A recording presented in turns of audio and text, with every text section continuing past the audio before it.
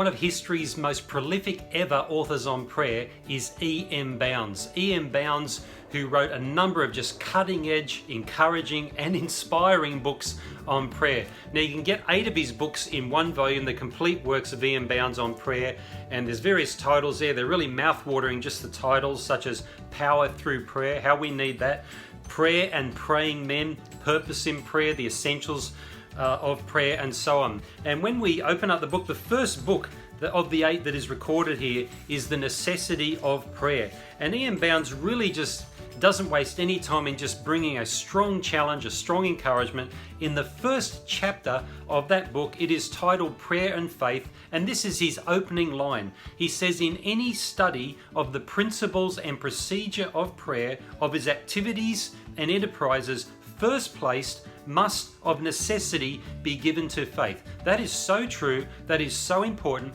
Faith is fundamental. Faith is basic to effective praying.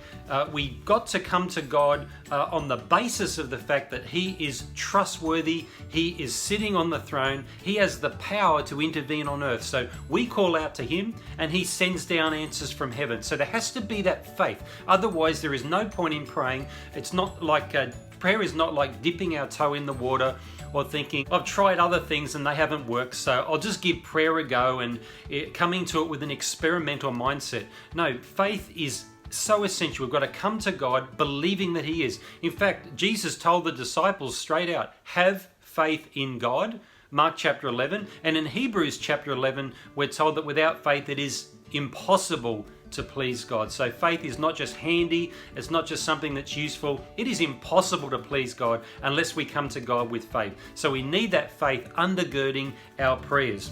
And then E.M. Bounds says on the same page, faith does the impossible because it brings God to undertake for us, and nothing is impossible with God. He goes on to say that prayer projects faith on God and God on the world. Only God can move mountains, but faith and prayer move God. Isn't that the truth? You know, it's not that our faith so much moves mountains. It's not as if there is power in faith. Faith is not like the Star Wars concept of, a force where you exert a force and something gets done. No, the power is in God. But faith is the means by which we call out to God, we cry out to God, and we just cannot deny it. As we look at the stories in the Bible, Joshua and the sun standing still, and healings and amazing acts of intervention, there can be no doubt that people exercise faith. The power was not in their faith, but they exercised their faith, put their faith in God, and then God intervened, and there were miracles that happened that would not have happened if people had not put their faith in God. There certainly is that conditional aspect. And just listen to what Jesus said in Mark chapter 11, after that great have faith in God statement. Down further in Mark 11 verse 24, He says to the disciples, I tell you, whatever you ask in prayer, believe that you have received it and it will be yours.